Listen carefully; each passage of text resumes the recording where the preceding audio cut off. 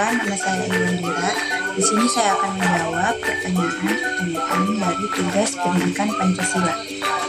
Adapun pertanyaan pertama yaitu, apa saja pokok-pokok etika kehidupan berbangsa dan bermasyarakat?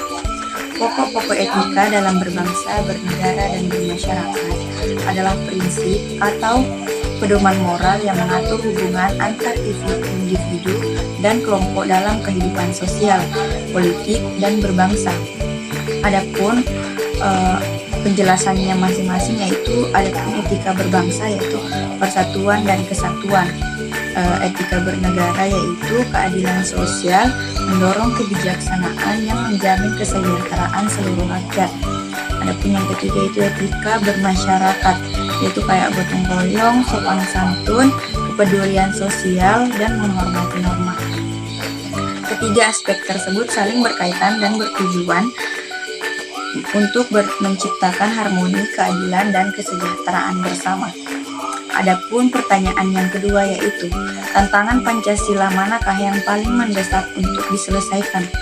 Baik, tantangan paling mendesak dalam implementasi Pancasila adalah persoalan keberagaman dan persatuan di tengah polarisasi sosial politik serta intoleransi. Yaitu yang pertama, polarisasi sosial dan politik. Masalahnya, perbedaan pandangan politik sering memecah belah bermasyarakat. Adapun mengapa mendesak? Jika tidak diatasi, polarisasi dapat menimbulkan konflik horizontal dan mengurangi kepercayaan masyarakat terhadap institusi negara. Adapun yang kedua yaitu intoleransi dan radikalisme. Masalahnya yaitu intoleransi terhadap perbedaan agama, suku, atau budaya masih sering terjadi. Terus mengapa mendesak yaitu intoleransi bertentangan langsung dengan sila pertama, ketuhanan yang Maha Esa, dan sila ketiga, persatuan Indonesia. Jika dibiarkan, hal ini dapat mengganggu stabilitas nasional. Adapun yang ketiga yaitu ketimpangan sosial dan ekonomi. Masalahnya yaitu ketimpangan ekonomi yang paling signifikan menciptakan kesengajaan antar kelompok masyarakat baik secara regional maupun antar individu. Mengapa mendesak? Ketimpangan ini melanggar prinsip keadilan sosial bagi seluruh rakyat Indonesia, sila kelima, dan berpotensi memicu konflik sosial. Terus mengapa ini mendesak untuk diselesaikan? Yaitu ketiga masalah ini memengaruhi rasa persatuan dan keadilan yang merupakan inti dari Pancasila. Jika dibiarkan, Indonesia bisa kehilangan esensi Pancasila sebagai pandangan hidup bangsa. Adapun yang pertanyaan ketiga yaitu contoh lain dari tantangan Pancasila sebagai etika. Pancasila sebagai sistem etika berfungsi sebagai pedoman moral dalam kehidupan berbangsa dan bernegara.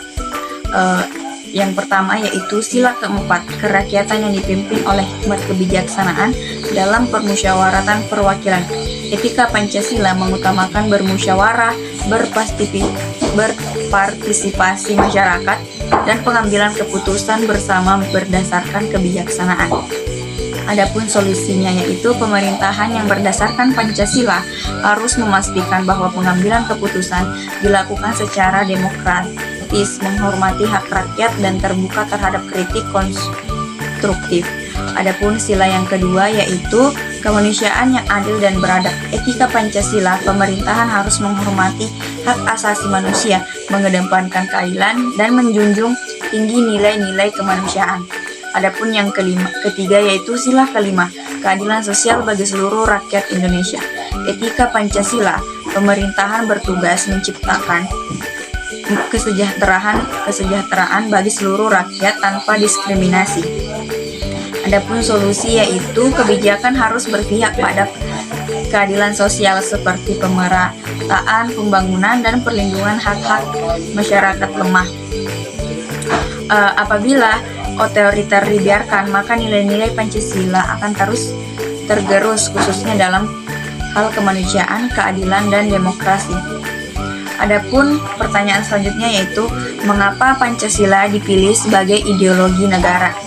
Karena akar budaya bangsa, nilai-nilai Pancasila berasal dari budaya, adat istiadat, dan pandangan hidup masyarakat Indonesia yang sudah ada sebelum kemerdekaan. Kesepakatan bersama Pancasila merupakan hasil kompromi dari berbagai kelompok bangsa Indonesia sehingga menjadi landasan pemersatuan. Adapun yang pertanyaan selanjutnya yaitu bagaimana Pancasila dapat menjadi pedoman dalam pengembangan ilmu di Indonesia. Pancasila menjadi pedoman pengembangan ilmu Indonesia dengan nilai ketuhanan. Sila pertama mendorong pengembangan ilmu yang berlandaskan etika, moral, dan spiritual. Nilai kemanusiaan. Sila kedua mengembangkan ilmu yang memprioritaskan kemaslahatan manusia, menjaga martabat, dan menghormati hak asasi manusia. Nilai persatuan. Sila ketiga memajukan ilmu yang memperkuat integrasi bangsa dan tidak memecah belah masyarakat. Nilai demokrasi. Sila keempat mendorong kebebasan berpikir dan berdiskusi dalam pengembangan ilmu dengan berprinsip musyawarah dan menghormati pendapat. Nilai keadilan. Sila kelima mengarahkan ilmu meningkatkan kesejahteraan sosial dalam keadilan berbagai aspek kehidupan. Adapun pertanyaan selanjutnya yaitu siapa saja tokoh yang berperan dalam perumusan Pancasila? Baik, beberapa tokoh utama yang berperan dalam perumusan Pancasila adalah Soekarno. Soekarno mengusulkan konsep Pancasila dalam pidato 1 Juni 1945. Yang kedua yaitu Muhammad Yamin menyampaikan 5 asas dasar dalam sidang BPUPKI 29 Mei 1945. Adapun yaitu Dr. Rajiman Wedioningrat, Ketua BPUPKI yang membuka diskusi tentang dasar negara. Adapun Mr. Suyopomo yaitu mengusulkan dasar negara dengan konsep integralistik dalam sidang BPUPKI. Panitia ke-9 termasuk Soekarno, Muhammad Hatta, dan tokoh lainnya merumuskan Piagam Jakarta yang menjadi cikal bakal pembukaan Undang-Undang 1945. Peran mereka mencerminkan upaya kolektif untuk menciptakan dasar negara yang mewakili keberagaman bangsa. Baik, pertanyaan selanjutnya yaitu apa saja sumber historis yang membentuk pemahaman tantangan Pancasila sebagai dasar nilai pembangunan ilmu di Indonesia. Sumber historis yang membentuk pemahaman tentang Pancasila dalam pengembangan ilmu ini tradisi dan kreatifan lokal. Adapun pidato Soekarno 1 Juni 1945 yang menyampaikan pentingnya Pancasila sebagai dasar negara termasuk relevansi dalam pengembangan kehidupan bermasyarakat dan berbangsa. Dan selanjutnya itu sidang BPUPKI dan Panitia 9. Dan selanjutnya itu Konstitusi Undang-Undang Dasar 1945. Dan yang terakhir yaitu peran pendidikan dalam Orde Lama dan Orde Baru. Adapun pertanyaan yang selanjutnya yaitu di antara faktor politis, faktor sosiologis, dan dinamika tantangan Pancasila dalam pengembangan ilmu, manakah yang paling penting? Baik, faktor sosiologis di sini yaitu faktor sosiologis adalah yang paling penting karena pengembangan ilmu yang relevan membutuhkan keterhubungan dengan nilai-nilai masyarakat. Sosiologis menghubungkan antara ilmu dan kebutuhan masyarakat, menjaga agar ilmu yang dikembangkan tidak sekedar berbasis keuntungan tetapi juga manfaat sosialis. Tanpa penerimaan dan dukungan masyarakat, pengembangan ilmu akan sulit terimplementasi. Baik, adapun pertanyaan selanjutnya yaitu yang terakhir, bagaimana dinamika sosial dan politik di Indonesia memengaruhi penyerapan Pancasila dalam konteks pengembangan ilmu. Dinamika sosial pluralitas masyarakat Indonesia mendorong pengembangan ilmu yang beragam. Namun tetap menjunjung toleransi, gotong royong, dan keadilan. Adapun dinamika politik, perubahan rezim politik Orde Lama dan Orde Baru, reformasi memengaruhi interpretasi dan implementasi Pancasila dalam pendidikan dan kebijaksanaan ilmu. Adapun stabilitas politik menjadi faktor penting untuk memastikan pengembangan ilmu. Adanya politik global membuat Indonesia harus menyesuaikan ilmu pengetahuan dengan standar internasional tanpa mengabaikan nilai Pancasila.